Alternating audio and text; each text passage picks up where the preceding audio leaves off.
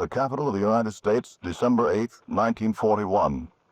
Today, the Congress of the United States convenes in a solemn joint session, a session that will hear the President of the United States deliver his message that will ask for a declaration of war with Japan. The House chamber, always looking small and overcrowded, has today attained a dignity that overcomes even the gray girders that temporarily support the glass roof of the chamber. The galleries started filling early this morning and, of course, are now packed. To witness this historic occasion are most of the dignitaries and officials of the Capitol. At 12 o'clock, the Speaker of the House, Sam Rayburn, called the House to order after a brief prayer by the chaplain of the House, Dr. James Sharon Montgomery. The House passed the resolution which provided for the joint session, and then recessed until the call of the chair, which is expected shortly before 12:30. The Supreme Court at this time, I believe, is walking into the chamber, and the Cabinet is also coming in at this time. And so after they come in, the President of the United States will arrive, and at that time we intend to turn you over to the Speaker's platform.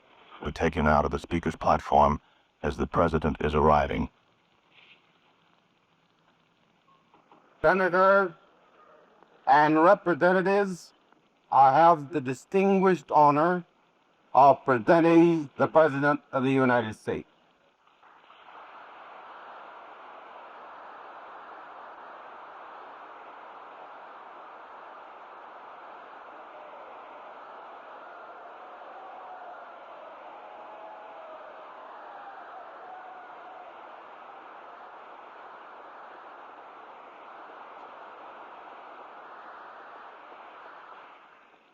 Mr. Vice President, Mr. Speaker, members of the Senate, of the House of Representatives,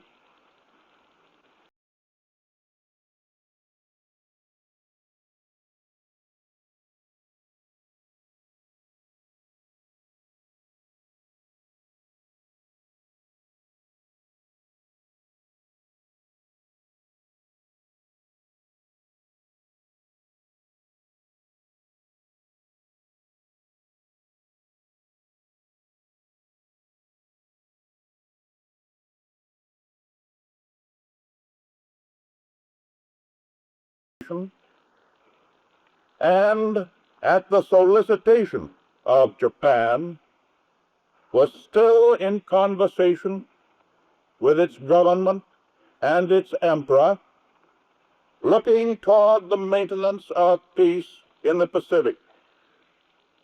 Indeed, 1 hour after Japanese air squadrons had commenced bombing in the American island of Oahu, the Japanese ambassador to the United States and his colleague delivered to our Secretary of State a formal reply to a recent American message. And while this reply stated that it seemed useless to continue the existing diplomatic negotiations, it contained no threat or hint of war or of armed attack. It will be recorded that the distance of Hawaii from Japan makes it obvious that the attack was deliberately planned many days or even weeks ago.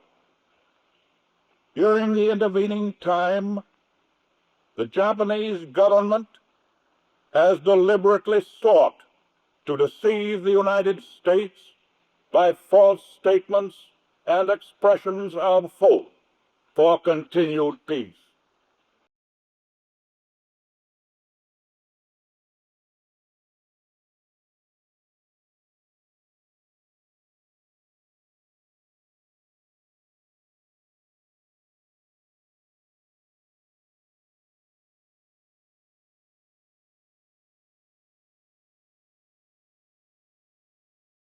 Ships have been reported torpedoed on the high seas between San Francisco and Honolulu. Yesterday, the Japanese government also launched an attack against Malaya. Last night, Japanese forces attacked Hong Kong. Last night, Japanese forces attacked Guam. Last night, Japanese forces attacked the Philippine Islands. Last night, the Japanese attacked Wake Island. And this morning, the Japanese attacked Midway Island. Japan has therefore undertaken a surprise offensive extending throughout the Pacific area. The facts of yesterday and today speak for themselves. The people of the United States have already formed their opinions and well understand the implications to the very life and safety of our nation. As Commander-in-Chief of the Army and Navy, I have directed that all measures be taken for our defense, but always will our full nation remember the character of the onslaught against us.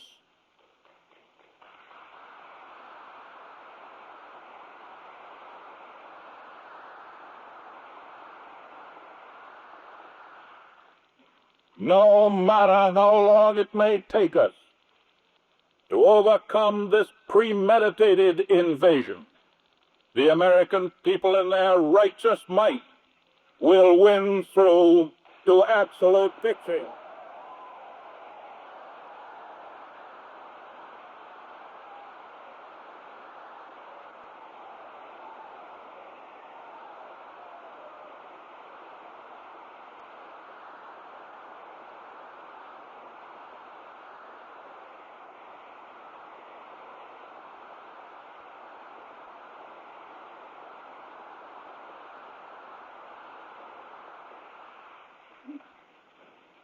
I believe that I interpret the will of the Congress and of the people when I assert that we will not only defend ourselves to the uttermost, but will make it very certain that this form of treachery shall never again endanger it.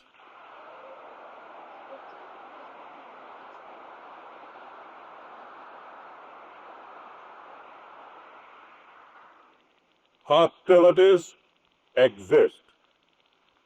There is no blinking at the fact that our people, our territory, and our interests are in grave danger.